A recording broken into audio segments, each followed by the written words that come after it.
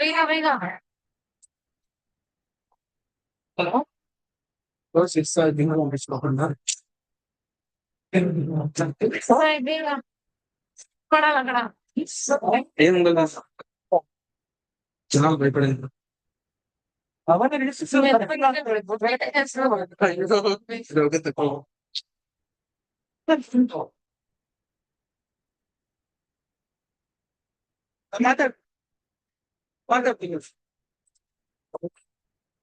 ఈ కార్తీక్ చూడు హలో ఏం వాలంటీర్ అయ్యా కార్తీక్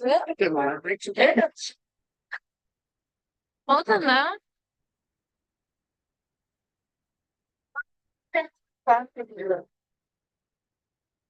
బాను ఏ బాను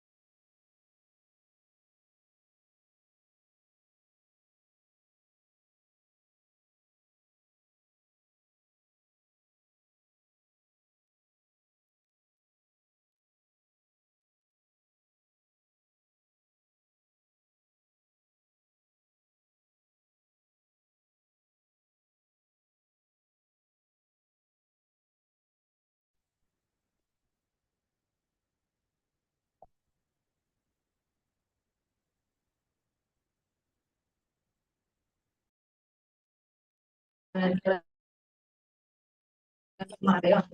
എന്തൊക്കെയോ നടക്കുന്നുണ്ട്.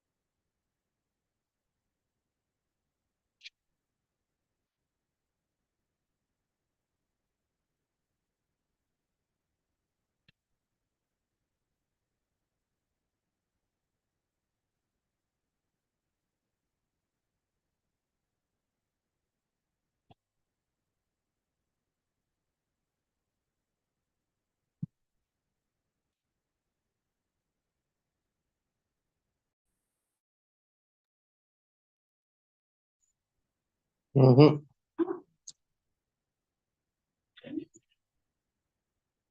Hmm?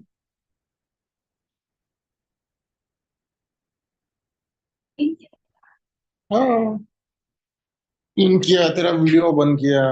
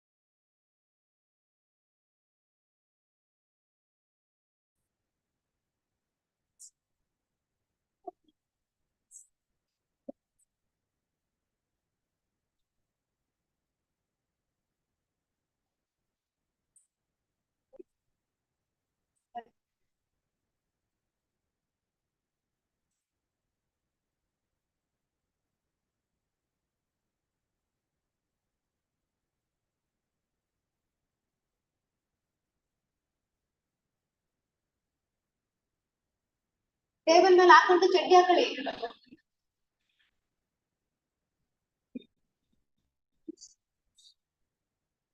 ವಿಷ್ಣು ವಿಷ್ಣು ಟೇಬಲ್ ಮೇಲೆ ಹಾಕಿ ಚಡ್ಡಿ ಹಾಕೊಳ್ಳಿ. ಬಂದು ಯಾವ ಮಾಲೆ ಐತ್ ನೋಡಿ. ಹಾ ಹಾ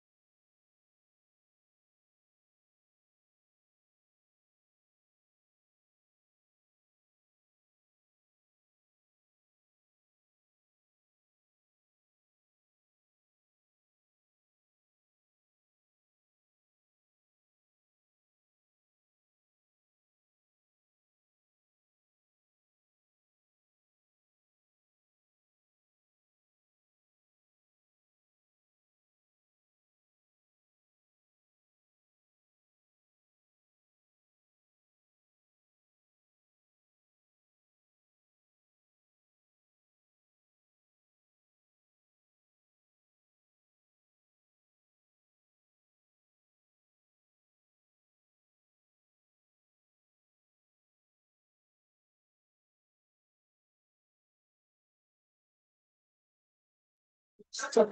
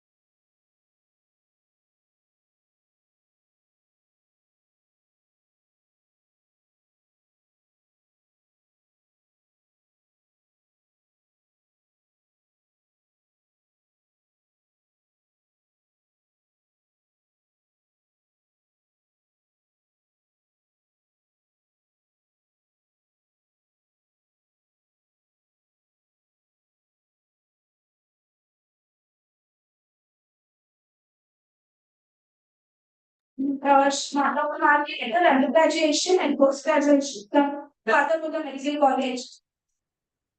She is currently working as senior resident in Department of Radiology, Radiodiagnosis.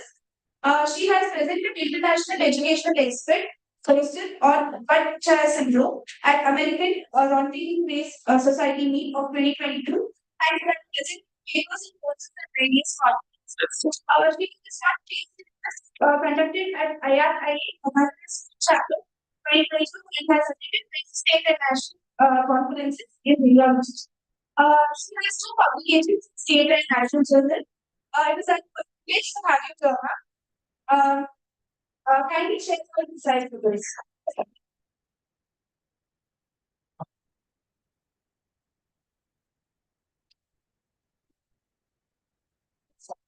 So you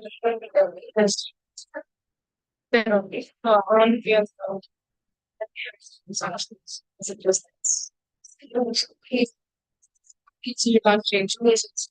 It's easy. If you change that, you can change the way we are teaching. So here it is really what I see here if we change slide, so there it's not changing. There it is the point. I have to go and change slides. Even change. You can change all this. Okay. Change. Change. I will change here. In change of that. But we'll not get to know whether it's changed. You can stand Change here. our Yesterday wasn't changing, is it? yesterday. This was starting on Sunday. This problem came today. You change it. Here, ma'am will say, you just stay here or then change. When I change this, you get change. Spanish is not changing now. Yeah. One side is structured. Good morning, everyone. Hi. I'm Dr. Malvi, Senior Resident in the Department of Radiodiagnosis. So today's topic is going to be imaging in neurological conditions, that is the MRI brain. So MRI is based on the magnetic characterization of the image tissue. So it involves creation of tissue magnetization, which can be manipulated in several ways. And it's detection of tissue magnetization as revealed by signal intensity. So signal intensity, MRI is basically based on the signal intensity. So it's described as hyperintensities. I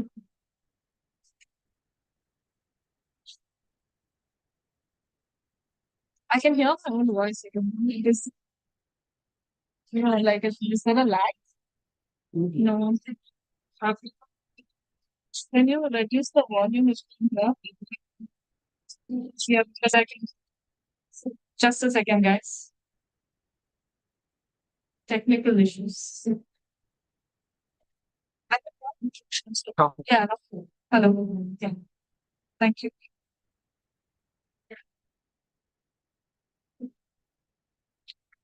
So in MRI, we basically describe it as signal intensities. So you have hyper-intense signal, iso-intense, and hypo-intense.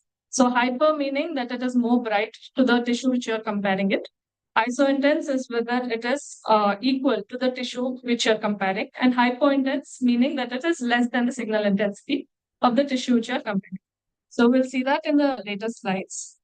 So can you tell me some indications of MRI brain? Yes. Tumors, okay. Yeah, stroke is over. Stroke tumor is over. Next. Hemorrhage, okay. Anything else? Any other conditions which patients come with? Okay, patient has fever, headache. Sorry? Okay, we'll just go through the list. Okay, so we have vascular indications. It could be stroke, that is ischemic or hemorrhagic stroke. It could be arteriovenous malformations, aneurysms, venous thrombosis. Then infections. It could be cerebritis, abscess, meningitis, and inflammatory and demyelinating lesions. Demyelinating conditions like multiple sclerosis and inflammatory like sarcoidosis.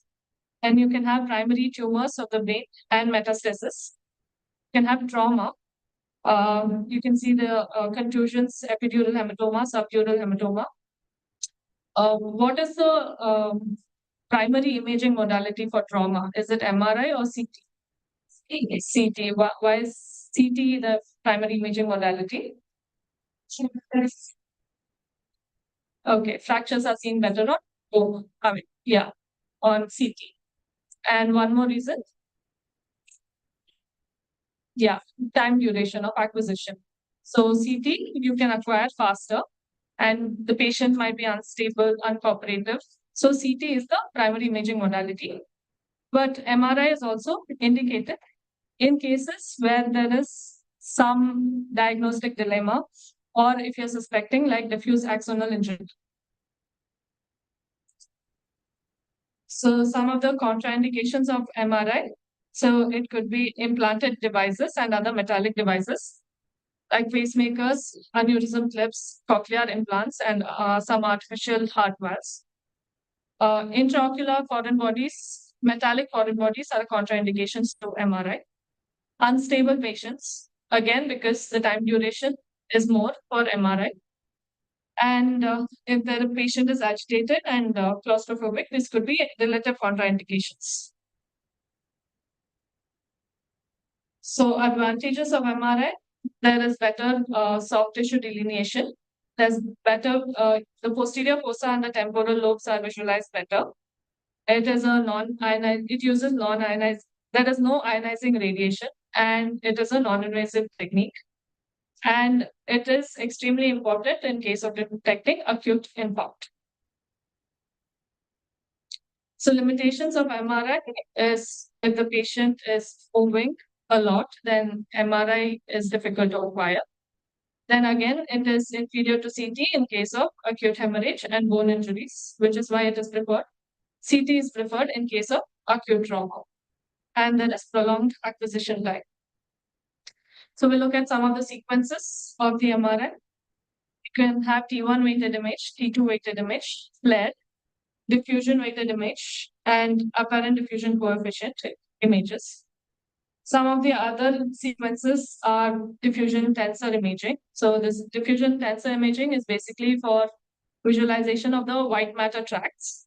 Then you have susceptibility weighted imaging. This is to identify certain particles which distort the magnetic field. So you can identify hemorrhage and calcification on SWI images. Then you have MR angiography and MR venography. As the name suggests, MR angiography is to visualize the arterial system, venography for the venous system, MR spectroscopy, perfusion, functional imaging, and tractography. So these are higher imaging sequences. So these are the usually done sequences. The previous slide. Okay, we go to the next slide. So coming to the basic sequences of MRI, we have T1 weighted image, T2 weighted image, and FLAIR in the brain. So you need to know how there's something called as repetition time and time to echo. Repetition time is the time duration between two RF pulses. So this is during the acquisition of the image. Just know in brief. Time to echo is when you send the RF pulse and receive the echo. That is the time to echo. So if you're acquiring a T1 weighted image, you should keep the TR and TE short. A T2 weighted image, you keep the TR and TE prolonged. And for flare, it is prolonged. So first we'll look at how to identify a T1 weighted image. So on a T1 weighted image, next slide please.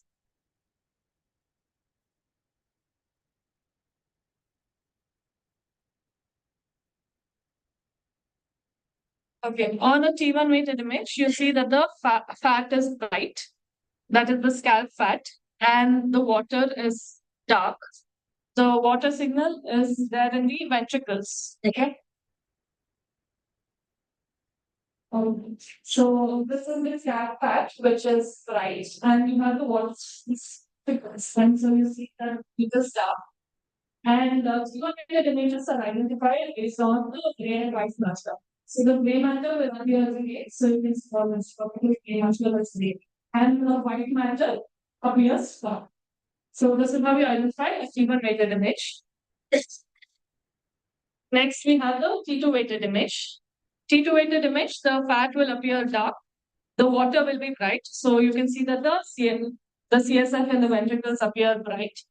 Then the gray matter, here you can see is white, and the white matter is gray. So it is the reverse. Okay, so this is how we identify a T2 weighted image. Next, we have the flare images. Flare images is basically a T2 sequence where the fluid is suppressed. So when I say T2, that means that the gray matter is white and white matter is gray. And fluid on T2 would have appeared bright, but on flare, it is suppressed. So a fluid will appear black. Okay. Okay. So can you tell me what the first image is? T1. Okay. Why is it T1? Gray matter is? White matter is? Okay. Next image is T2. Because gray matter is? And the fluid is white. Okay. Next image is the flare image. Okay. Gray matter is white. It is a T2 sequence. Gray matter is white matter is gray, and the fluid is okay. So next we look at some diffusion sequence. Can you go to the next sentence? Okay. So diffusion is based on the Brownian movement of the water molecules. So Brownian movement is the random movement of the water molecules. So when there is restriction of this movement, it produces a high signal intensity on the diffusion sequences. So where do you get this packing of the cells? When the tissue has when the lesion has high cellularity. So if you're seeing some highly cellular tumor, or if there is tissue swelling, that is seen in infarct. Okay. So in these cases, on the diffusion sequence, you will see that it is bright, and on the corresponding ADC images, there will be a drop, that is, it is dark. Next. So the first image is the diffusion sequence where it is bright, and the corresponding area, there is a drop, so it appears dark. So this is an area of diffusion restriction. Next, we have the perfusion weighted imaging. Perfusion weighted imaging is basically to see for the perfusion of the tissues of the brain. So there are a few techniques. We will not go into details of this. So clinical application is again to evaluate in ischemia. So you can identify areas of infarction. So when there is infarction, the blood supply decreases. So the perfusion in that area decreases. And in cases of neoplasia, there will be more blood supply to the lesion. So because of neogenesis and everything. So it will appear, there'll be increased perfusion in these images. Okay. Next slide. Yeah. So this is an infarcted area. So the diffusion, you can see an area of diffusion restriction. in the first image, and the corresponding perfusion image, it appears red, meaning that there is more perfusion, there is decreased perfusion in that area. Then the next sequence is an MRI spectroscopy. So spectroscopy is basically to see for the intracellular metabolites. So in different pathological conditions, there will be different metabolites seen. So we acquire a graph like this, which shows the different metabolites. So we have the choline peak, the creatinine peak.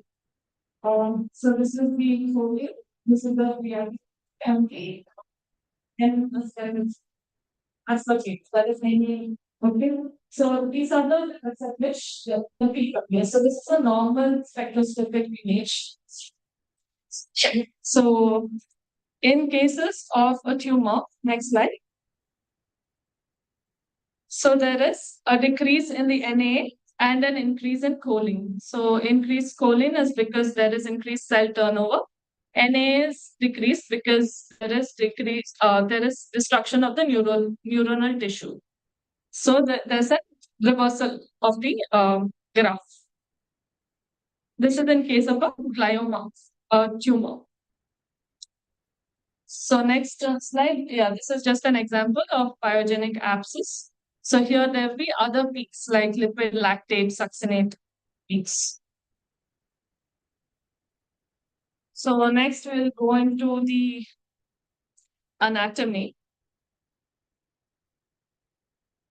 Can you all tell me the anatomy of the brain? Okay, we'll start with cerebellum, and the brainstem. Cerebellum. It's not working on the screen. It's not working. No. Can you just scroll through this? I'll tell you to pause it. How do I play the video? Oops. How do I play the video? Just yeah, this is the video. Okay, wait, I'll go there.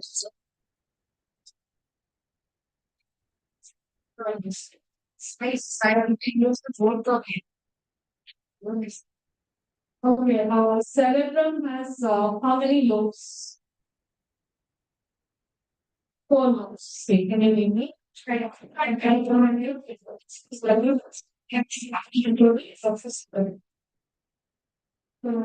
is how it's told in the MRI. This is the axial section, so this horizontal features. So here you can see that here is the frontal lobe. And posteriorly you have the parietal. What are the structures? I don't know. Yes. These structures over here, these are the brain matter within the right matter. So this is the basal ganglia. Then you have the occipital lobe. These are the simple figures. And inferiorly as you look, these will be the temporal lobes. This is the midbrain, okay, brain side. You will scroll further. You will see that there is cons. This is the cerebellum hemispheres.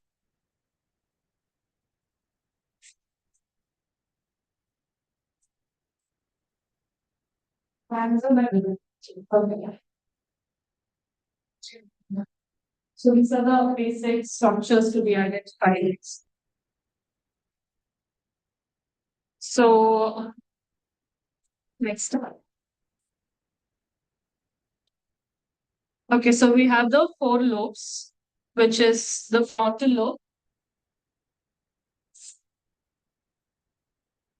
So this is the frontal lobe, the parietal lobe, the occipital lobe. The parietal you can see is the temporal lobe. Okay, so this is the sagittal section.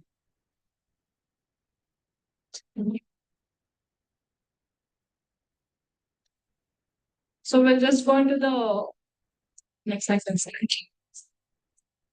This one.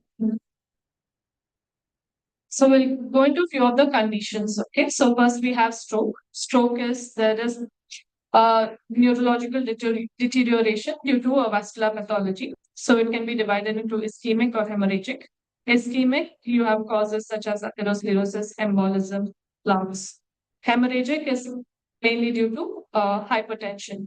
So ischemic strokes constitute majority of it, approximately 85%, and hemorrhagic percent about 15%. So the normal blood supply to the brain, there is around 50 to 60 ml per minute per 100 grams of blood flow normally. So once it reduces, the brain goes into a state of oligemia, ischemia, and infarction. Infarction is when there is dead tissue. And next slide. Yeah. The zone of infarction is the dead tissue. Okay, like the blood supply has completely reduced. The area surrounding that is the zone of penumbra, where there is reduced blood supply, but it is salvageable. So the main role of imaging is to pick up this and give treatment so that that zone of penumbra can be saved. Okay. So this is the anterior cerebral artery circulation. So you can have strokes in the anterior cerebral circulation or the posterior cerebral circulation. So what constitutes anterior cerebral circulation? It is anterior cerebral artery and the middle cerebral artery. Posterior cerebral circulation, you have the posterior cerebral artery. So the anterior cerebral artery area, so the brain has different blood supplies. So these are the vascular territories. So this is the ACA territory, which is the in the frontal lobe in the parasagittal location. Next, you have the MCA territory. MCA will involve the frontal lobe and the part of the superior temporal lobe, including insular and basal ganglia. Then is the posterior cerebral artery. It will involve the occipital lobe and inferior temporal lobe, including cerebellum and brainstem. So this is an image showing an infarct in the inferior temporal and occipital lobe. So you can see that the first image is a flare image where there's high signal. Then you have a diffusion image, again when there's high signal and it is restricted. So there is a drop in the corresponding ADC image. Okay, so this is an acute infarct. So infarcts can be classified as early hyperacute, late hyperacute, acute, subacute, and chronic. So early hyperacute is between 0 to 6 hours, late hyperacute 6 to 24, acute 24 to 1 week, subacute 1 to 3 weeks, and chronic more than 3 weeks. So acute stroke, so hyperacute stroke occurs within minutes to 24 hours. And acute stroke is seen till 1 week. So the sequences which are required are diffusion and T2 and flare images. So on a diffusion weighted image, you will see that there is increased signal and a corresponding drop in the ADC images. And on flare, so the changes on diffusion sequences occur earlier than on the flare images and the T2. Diffusion, it is seen within a few minutes. Okay, the changes are seen within few minutes. But on the flare images, it takes up to around 7 hours for the same changes to be seen. So in cases of acute infarcts, diffusion sequences is what we look for. And then in acute, you can also see changes in T2 and flare. So this mismatch between the diffusion and flare is called diffusion flare mismatch.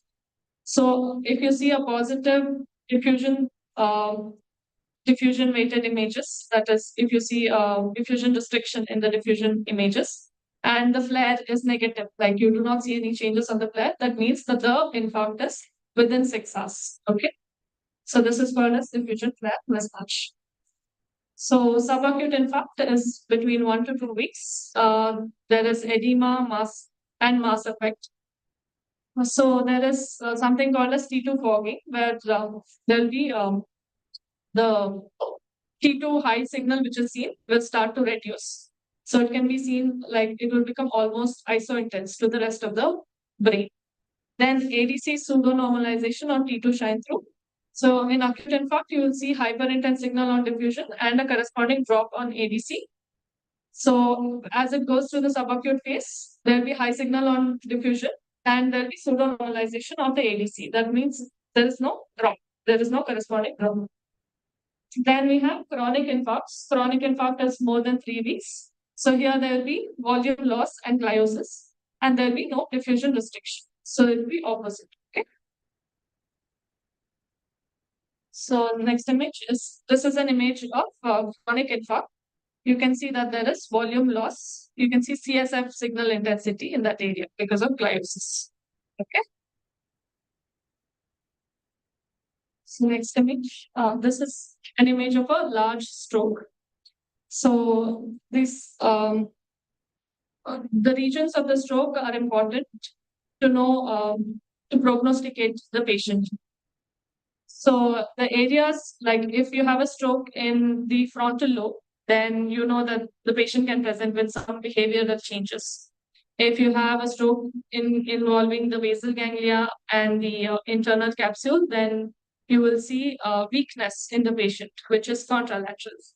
If you have a brainstem infarct or a cerebellar infarct, then the patient will present to you with movement abnormalities, balances, gait disturbances, all those. So location of the infarct is important. So this is a large infarct involving the MCA territory. So it is involving the frontal lobe, temporal lobe, the basal ganglia, and the insular cortex. So this is an example of posterior circulation stroke. There is an infarct in the pons, okay, left hemipons. There is an area of diffusion restriction and corresponding flare images. You see hyperintense syndrome. So we have finished stroke. Now we'll go to a few congenital malformations.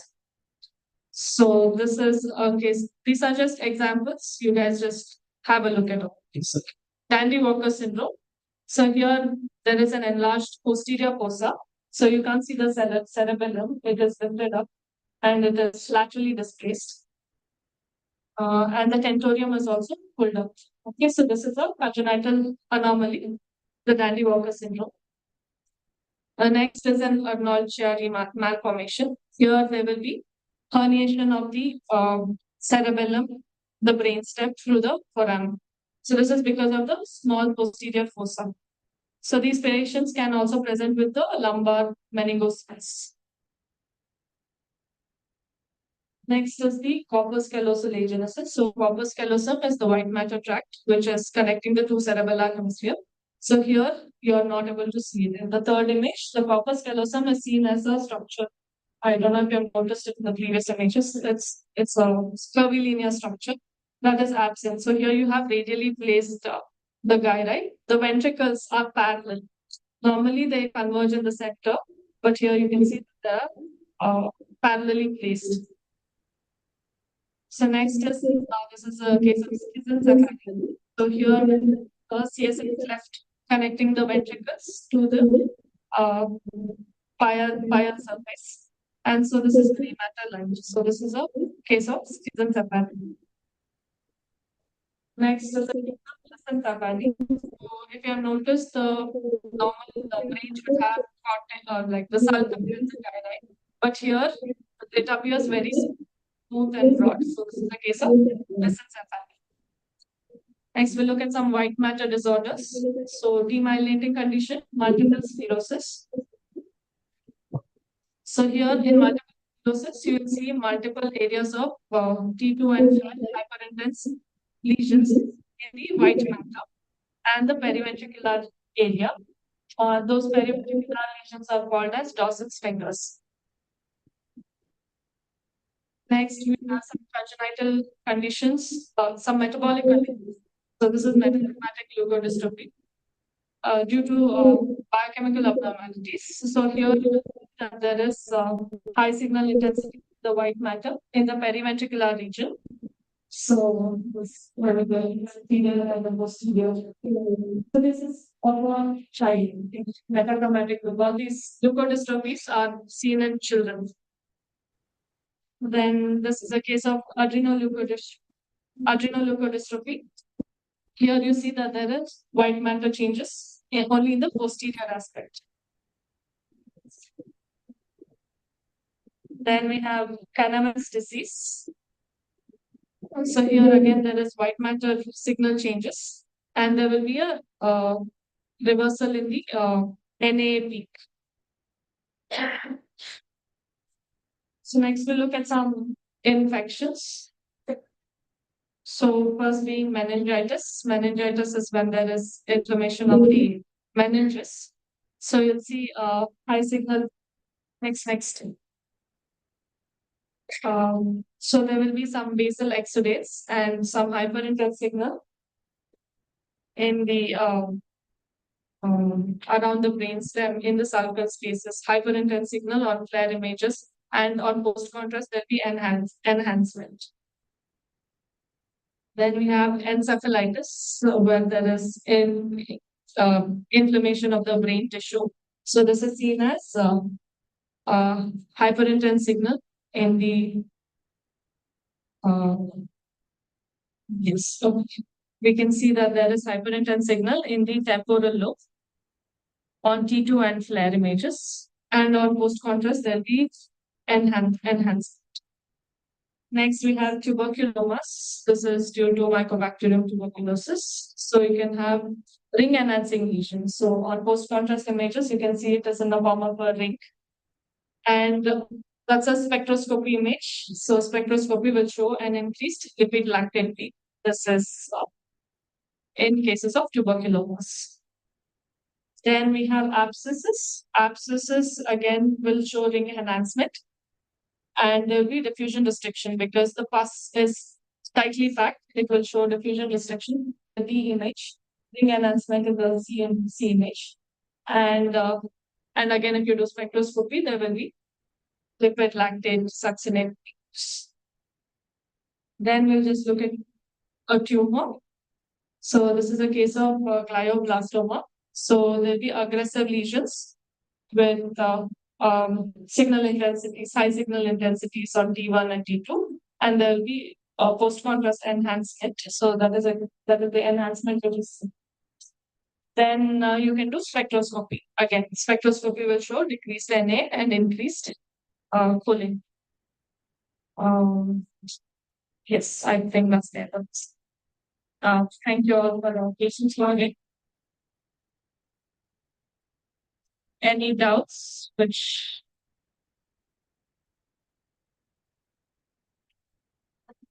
Shall we move on to the next topic? Thank you all.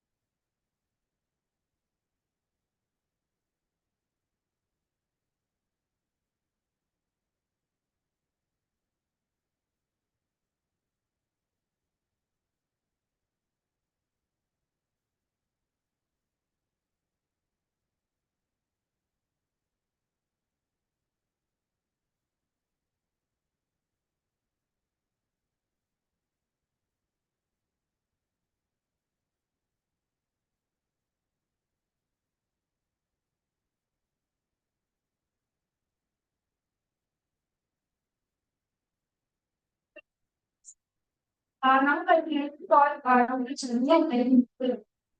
I hope you all enjoyed yesterday's talk. So let's hear the news.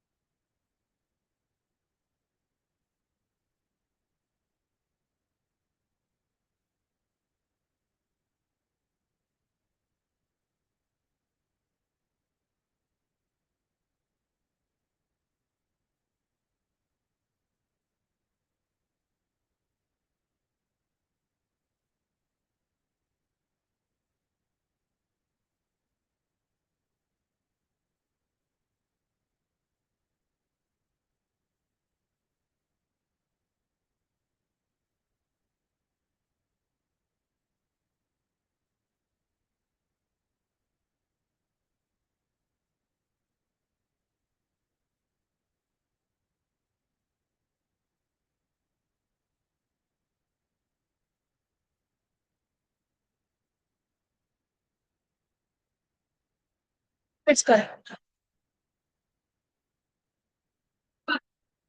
So, thank you, Lord. Thank you.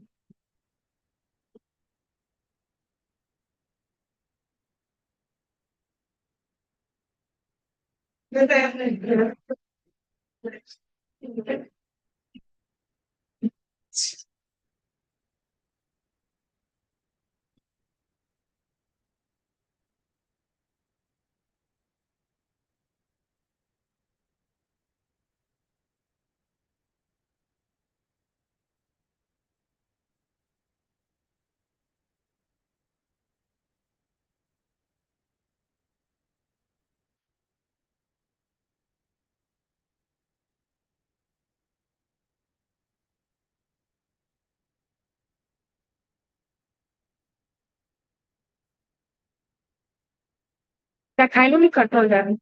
Sometimes it's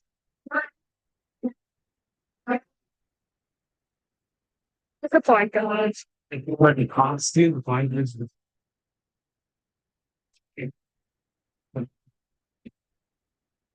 This doesn't come in that. nice was looking, but today some issue is that shall be connected to the top but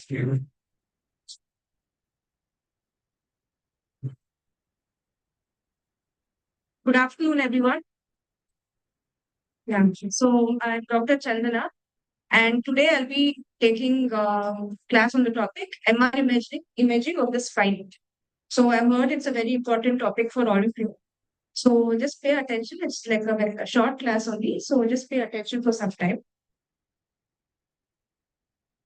So I'll just briefly describe the anatomy of the spine and the different imaging modalities available to image the spine, indications for spine imaging, and the different neurological conditions for which we use MRI. So I think in anatomy, you would have studied about basic anatomy of the bone. So,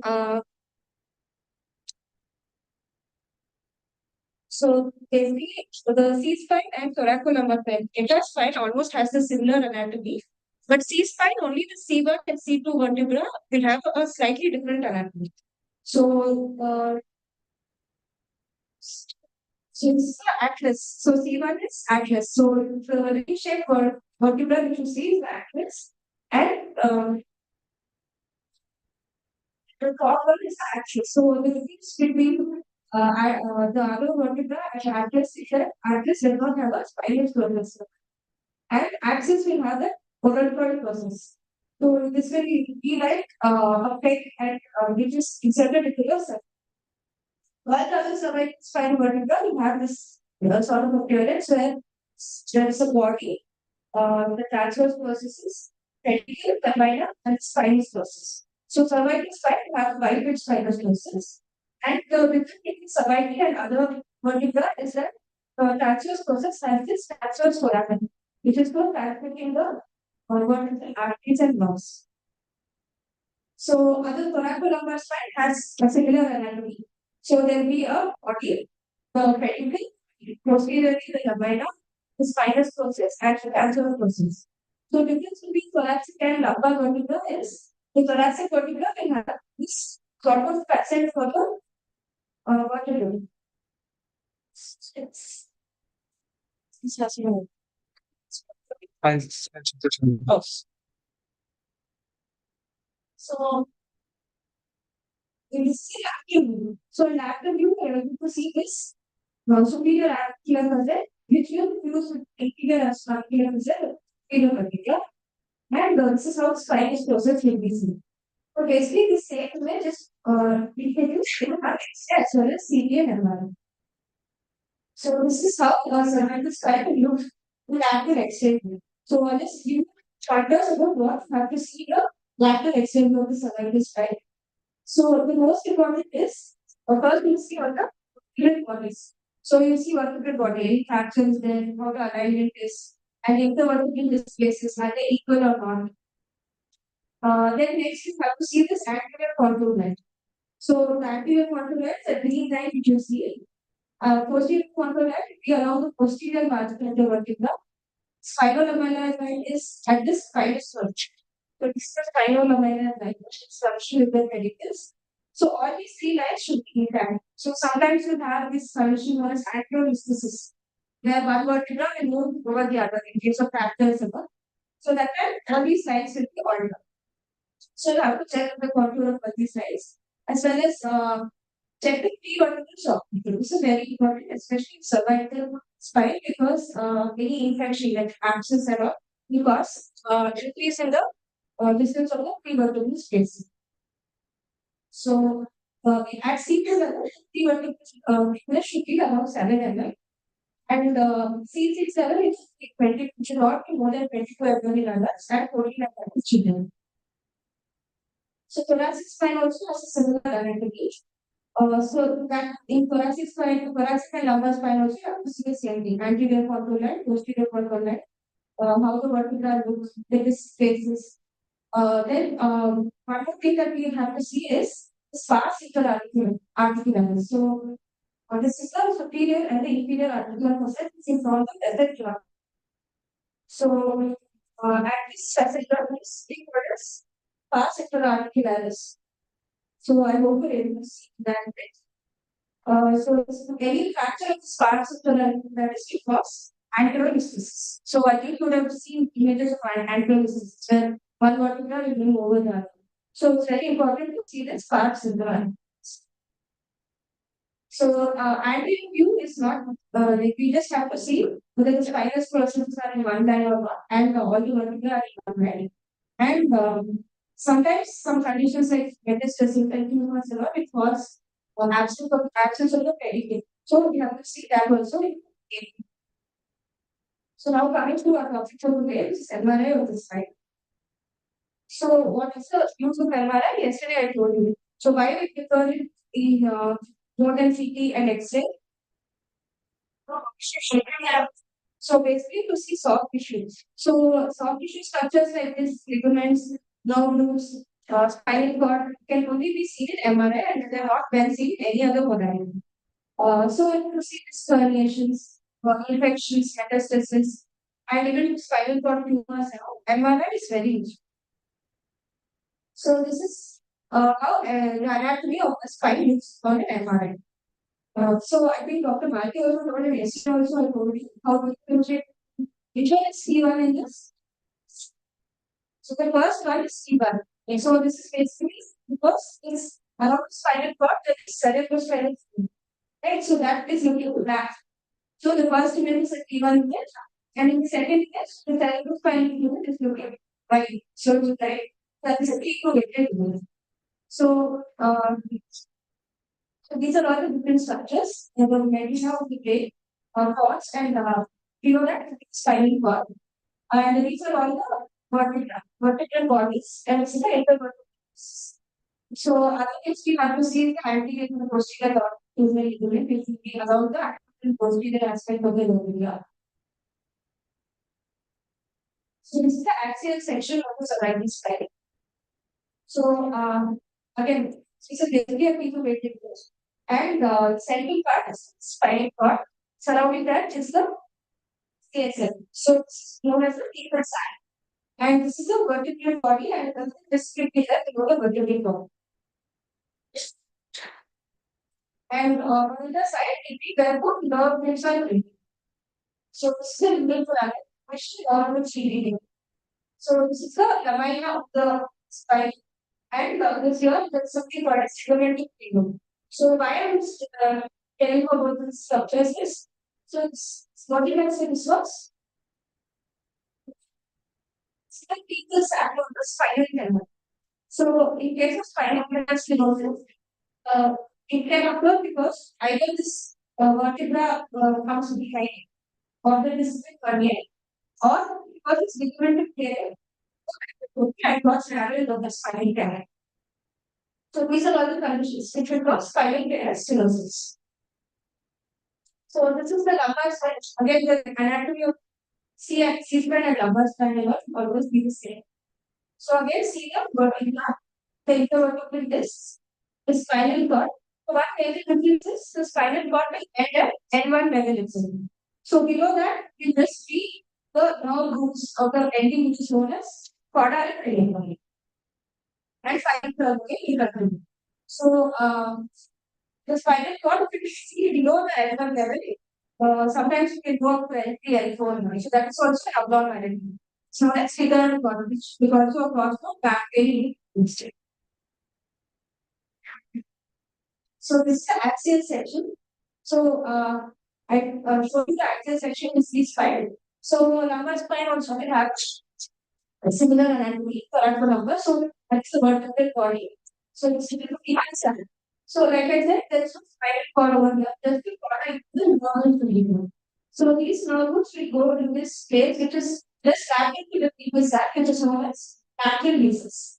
So I'm going to that is the orange color is lateral basis, and the red which is seen on the is the neural planning. Only lateral basis and neural planning the nerve will clear. So any sort of this variation and all will cause engagement of the nerve. And again, this is the canine and the ligamental phase. So back to the subject. So this is basically the MRI of the spine in all three sections. So I will be able to see them first in so these are the all which are going to include for them. So it's very important to see how movement is there. So the important MRI sequences for spina, T1 and T2 wave imaging. And like Dr. Malvi told, the MRI brain, flare is very important. So what does flare do? So increases seconds. So it will lead to sequence which will suppress water. So it will suppress the CSF. Stir is a T2 sequence which suppresses fat.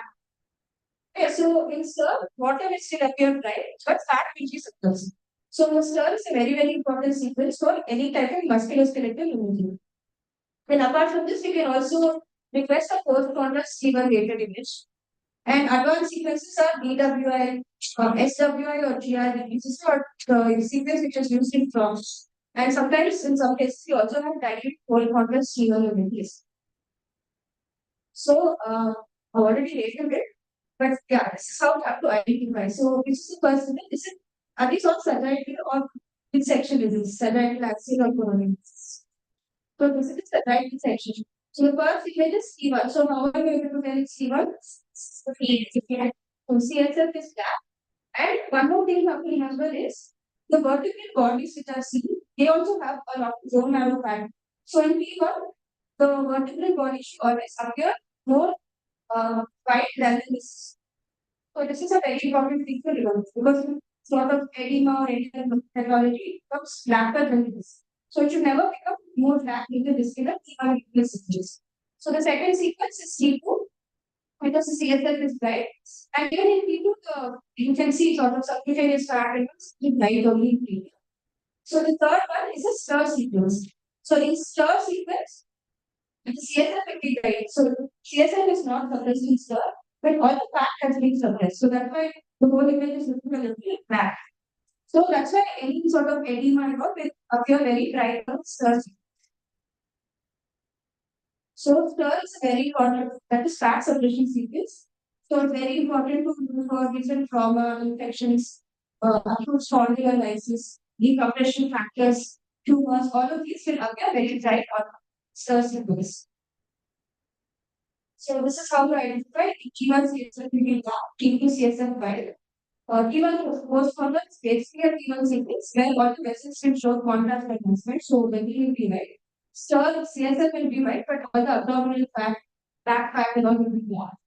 TW and ADC is case can suspecting some sort of abscess or spine infection. So it's not used that much in case of spine as it is in J. So these are all the basic pathologies which occur in spine. So regenerative diseases, trauma, infections, humanitarian diseases, and tumors. I will briefly show you the images in all of these. So to come to regenerative diseases and spondylitis, you have to first understand the anatomy of the intervertebral disc. So if this is a vertical column, APP gives the vertical. So the intercalated twist has an outside layer which is known as annulus fibrosus, and an inside which is known as nucleus fibrosus. So why this is the more trauma than this? Why this problem degeneration? Constant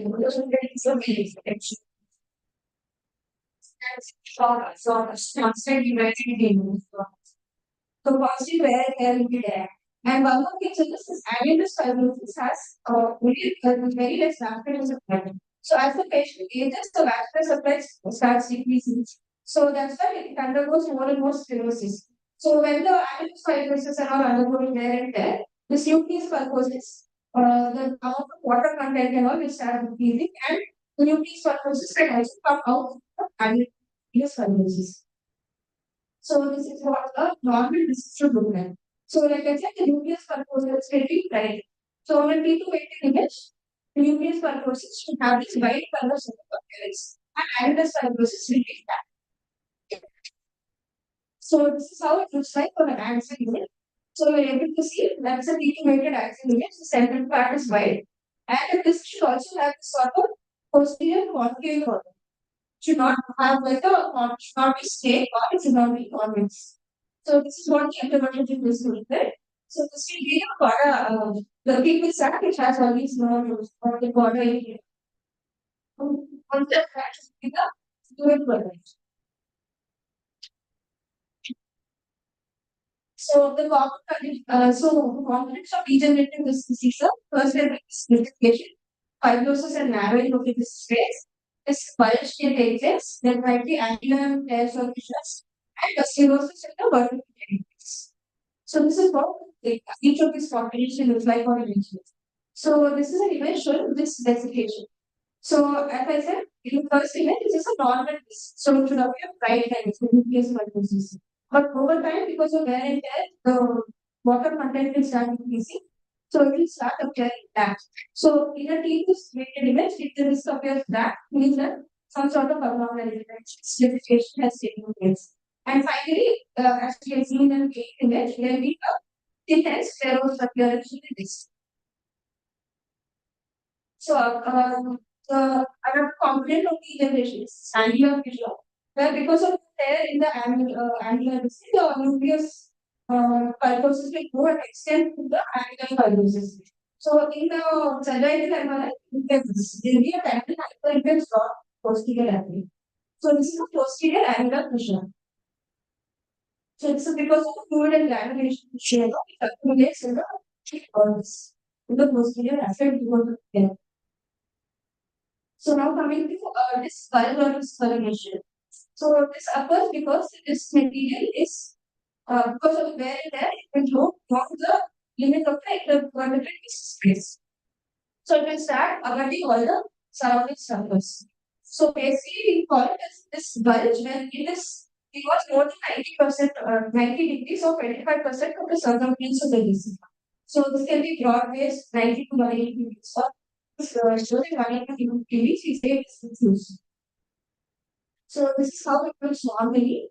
To diffuse this bulge, it will be like I said, that this will appear like it's more than the corpus of this vertebral body. And asymmetric this bulge is basically it's more than 25%, but only one part of the disc, only one side is showing some sort of slightly better hemisphere. So this variation, so this is also a component of this bulge area, but in this case, less than 25% circumference of the disc will undergo some sort of bulge. So actually, it's see there. This is less than, so you can divide 4 quarters. This is less than 25%. So only a small part of it is coming out of the space. So this comparison gives this conclusion exclusion. Conclusion is when the limits of this which is coming out is less than the limit of the case. And exclusion is basically the amount of this which has come out is it's longer than the limits of the case. So it's a narrow stalk like structure will come out. And another it continues as after the extreme, this can undergo migration. So it can either go to the or lateral. But still, it has some sort of communication with the less external migration. And sometimes the part which has come out will completely lose contact with the parents. So this is known as sequestration. Sequestration, this can go anywhere. It can go much lower than the temporal endpoint is sequestration can go almost up to level of X1, S2, somewhere else also. So another way we can describe this values is by describing everything which part of the hematocytes we have given this sort of normal to. So this is a central zone. So every one is happening in the center, it's in the center on this formation. And some if you give right and left to the left of that is what is right and left circuit. Any kind of formation in the region of this lateral is known as subarticular zone. So if it occurs to the fluid foramen, it's known as foraminal zone. And anything beyond that is known as extraforaminal zone. So this is what I have described. What type of restoration is this and how to describe this? Where it is again. So this is foraminal zone. So this is like foraminal is formated. And foramen can have nerves. So any type of formation occurring here because nerve entry. So another research complication of this one is the Hamas spinal canal stenosis. And the one more complication can be nerve injury. These are the two things you have to see.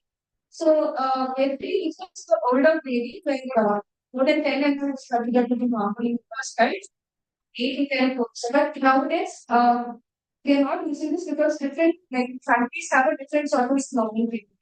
So in India itself, it could be given. So that's why they're using this data.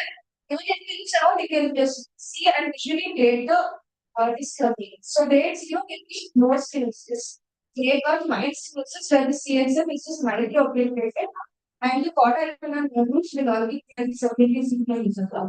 Grade 2 will be moderate stenosis where there is more than 50% for application of the CSM space and the quarter is actually slightly upgraded together. And in case of severe stenosis, it will be severely obligation of the CSF space and quarter nerves cannot be differentiated from each other. So this is what the daily you said. So in grade 0, there is no stenosis as you can see in this data. Grade 1, there is this mild stenosis. So all the quarter nerves have seen separately with this mildly obligation of the space. Now you're not able to see much of the CSF space and the quarter is completely clumped up. And in the last image, there is you can't see the body one, the state of space is also completely infected. So this is a case of severe stenosis. So in cervical spine also similar sort of grading was done.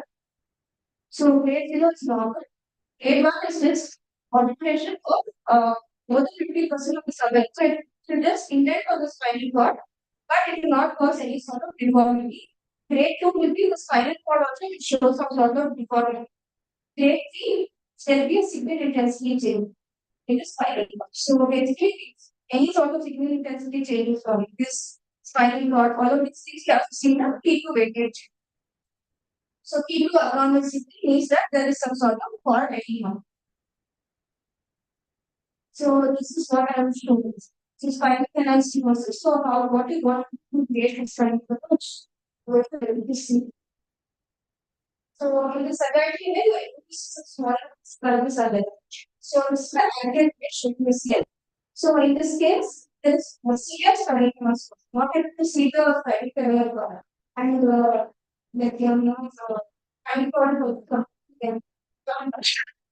and the lot of so there is some sort of dying of this also caused by sickness.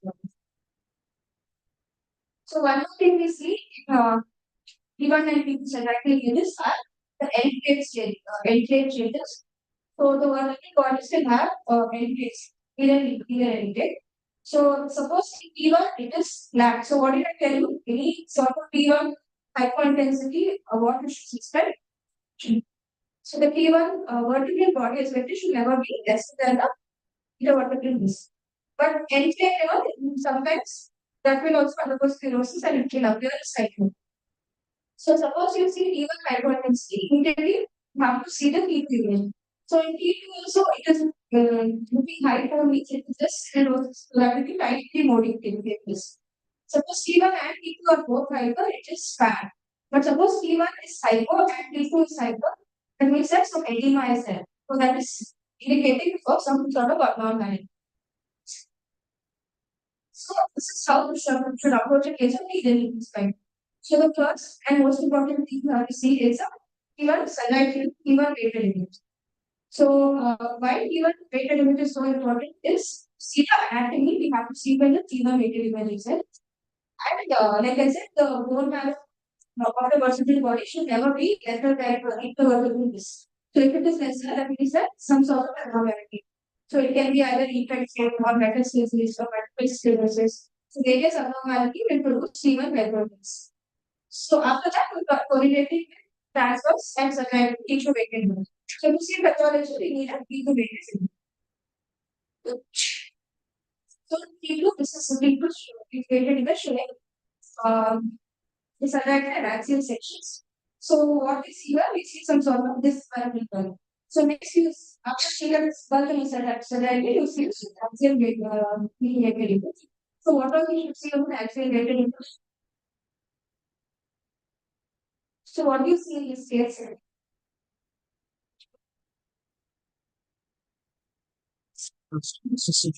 Basically, that's sort of this bulge. And what has happened to the neural foramen? The neural foramen has been narrow. And what's called the final canal?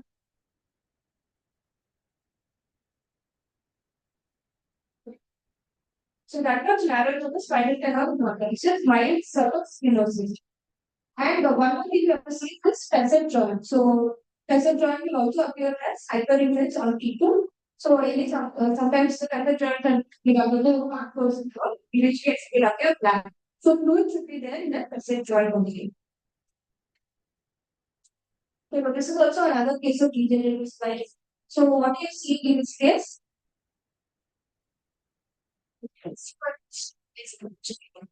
Yeah, so it's this herniation. So only a small part of it is coming out, and you can see that this part of this protruding out. So on this side, you are able to see a small round. Okay, so this is the lateral recessi chapter level, but on this side, you are not able to see the nerve. So that means that it is imaging on the nerve root on the left side. So apart from this, we also use MRI for trauma, but in trauma we mostly see X-ray and CT itself. So why we use MRI in trauma is only in case like severe fractures and what are there, which is subtracting from sort of spinal cord, so contusions, edema, and hemorrhage, is best seen in case of MRI. So that's why we do an MRI in trauma. So this is one of the examples of fractures where we do MRI. So this is what is first fracture. So in this, you're able to see that the posterior cortex is involved. So there is some sort of break in the posterior cortex and practice and move into the spinal canal. So that's why in this case, we want to pull up there is any spinal cord injury. So in these cases, we do at anyone. So this is a T1 and T2 waves slightly MRI image. It is showing that so there is some fracture in the vertebra and this is compressing on the spinal cord posterior. And one more thing you have to see is there is any chord intensity changes. So this is a T2 weighted index. So I told chord intensity changes have to be seen on a T2 weighted index. So in this you have to see some sort of highlights appearance of the chord. So this shows that there is an edema specific to the spinal cord. So you can say another image showing edema in the spinal cord. And I mentioned that sequence known as GRE. So this GRE sequence is basically to see for blood. So blood will appear as that on a GRE sequence. So this is a very important sequence to see for any hemorrhage in the spine, which has to be evacuated immediately. So one more important use of MRI is infection. So infections can be most commonly in our countries tuberculosis condylosis.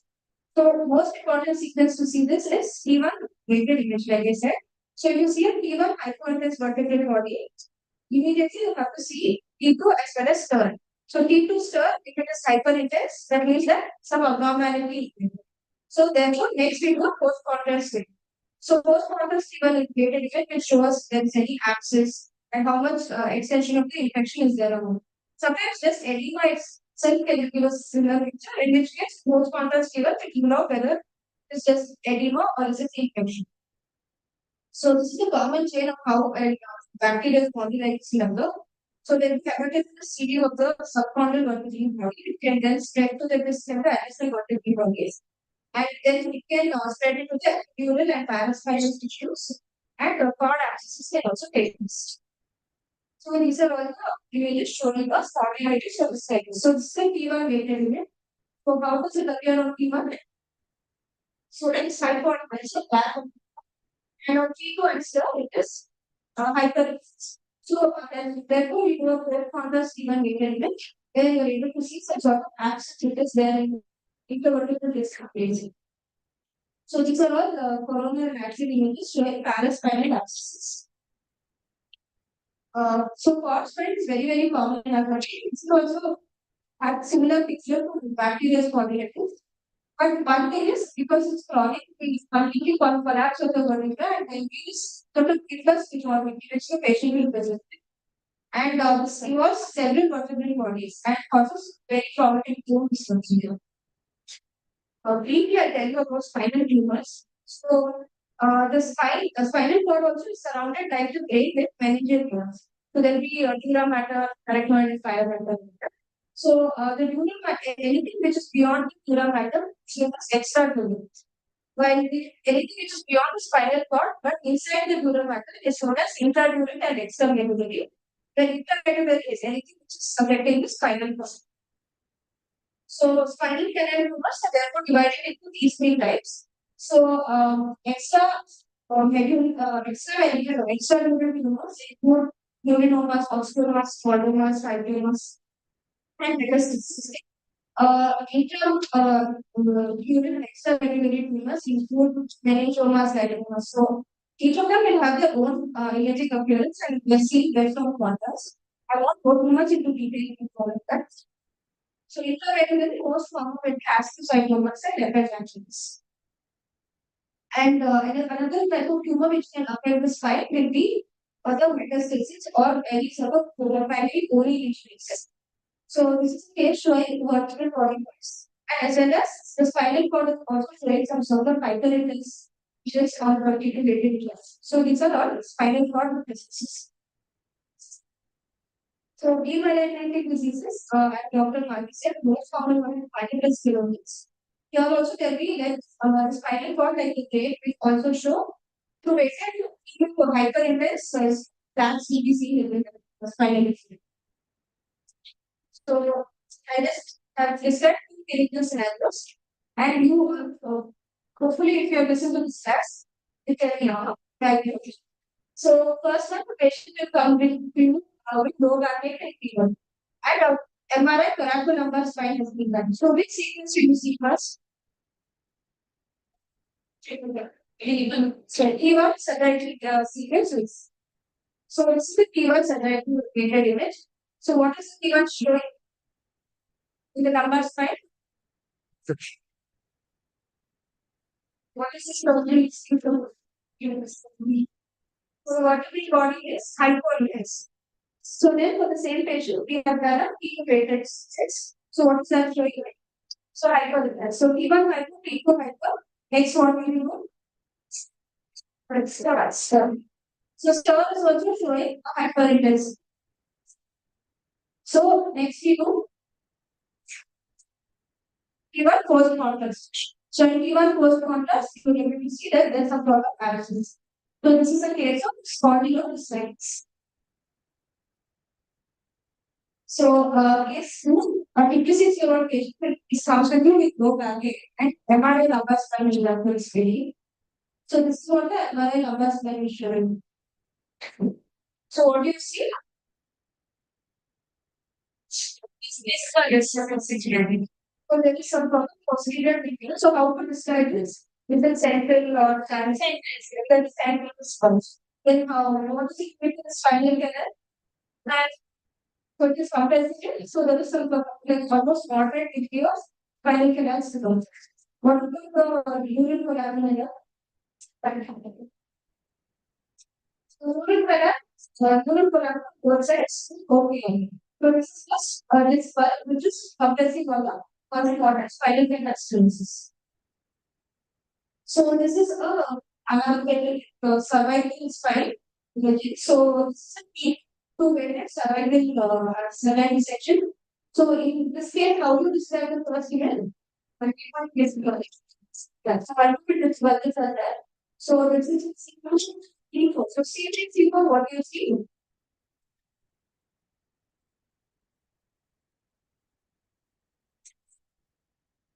Is it just conclusion or is it only four areas there, right? So there is a central miscontrolling, which is just indenting on the spinal canal. So it was just my spinal canal documentation is there. And what about the union parameter? So union parameter looks so disease. What about the next C5, 6, 7? Yeah, so there is some sort of like asymmetric or mapping. So this is like subarticular and foraminal sort of discussed. So in this case, you're not able to see the union parameter on the website. So there might be some sort of normal thinking here. So I have actually not described this condition, but in case of spine imaging, especially lumbar spine, we also want to see this. This is the sacroiliac joint. So and this is turn image. So what is this turn image doing? That is C1 and this is so K1 shows 5.9, sternal shows 5.8. So this is edema of the sacroiliac joint. Right? This is sacroiliac. So it's very important to see because in some patients the cause of back pain could be this and it might be distantly you don't see the sacroiliac joint. Okay, thank you. Getting what?